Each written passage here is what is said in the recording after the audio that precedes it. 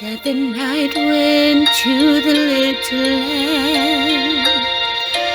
Do you see what I see?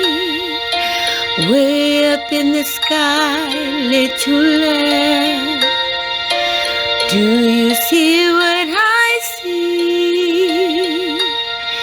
A star, dancing in the night with a tail as big as a kite.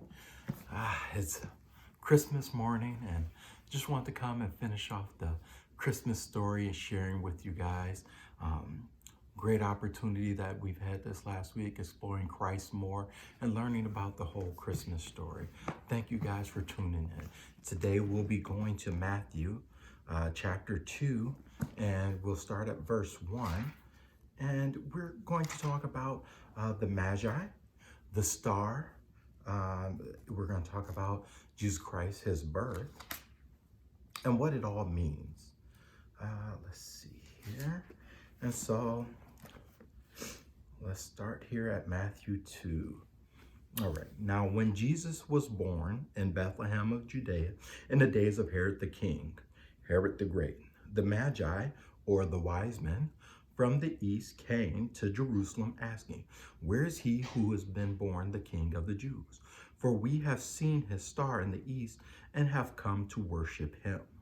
When Herod the king heard this, he was disturbed, and all Jerusalem with him.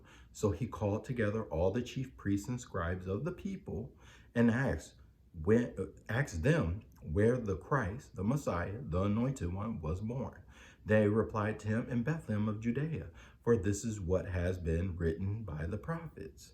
And we go to Micah 5 and 2 to see that prophecy. But we're going to jump down to verse 7. Then Herod secretly sent for the Magi and learned from them the exact time the star had appeared. Then he sent them to Bethlehem, saying, "Go and search carefully for the child, and when you have found him, report to me, so that I too may come and worship him." After hearing the king, they went their way, and behold, the star which they had seen in the east went on before them, continually leading them on the way. It came and stood over the place where the young child was. When they saw the star, they rejoiced exceedingly with great joy. And after entering the house, they saw the child with Mary, his mother, and they fell down and worshiped him. Then, after opening their treasure chests, they presented to him gifts fit for a king, gifts of gold, frankincense, and myrrh. And having been warned by God in a dream not to go back to Herod, the Magi left for their own country by another way. So we see here that the star guides them to where Jesus was. And at this time, Jesus was about 2 years old. And the Magi were wise men of their day. They followed the star, which was an angel truly guiding them to where Christ was born, so that they can accept him as a king. They brought him gifts befitting a king. And this is where we get our gift giving from during this time of year, where there were people who were not under his rulership at that time by the description that was prophesied, but they came and gave recognition to his position. And they did all of this through the guidance of God. God sends his personal angels to guide them to Jesus Christ. So we get our gift giving from the Magi, and then we see the star and the Magi, they're wise men.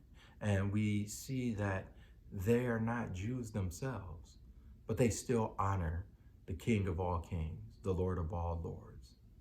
I just want to share that with you guys so that we understand what we're truly doing, what we're truly celebrating. You know, we talk about St. Nicholas and Santa Claus, and we know that St. Nicholas was a real person. He was a saint who gave gifts to the children of the city, and he did the true calling of the Bible to take care of the widow and the orphans. And we know all of these things about him, but he's not coming down your chimney this year, just so you're aware.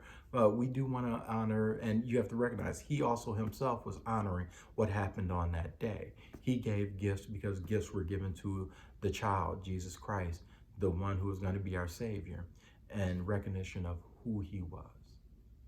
So I thank you guys for joining us all this week. I hope we all learned something. Just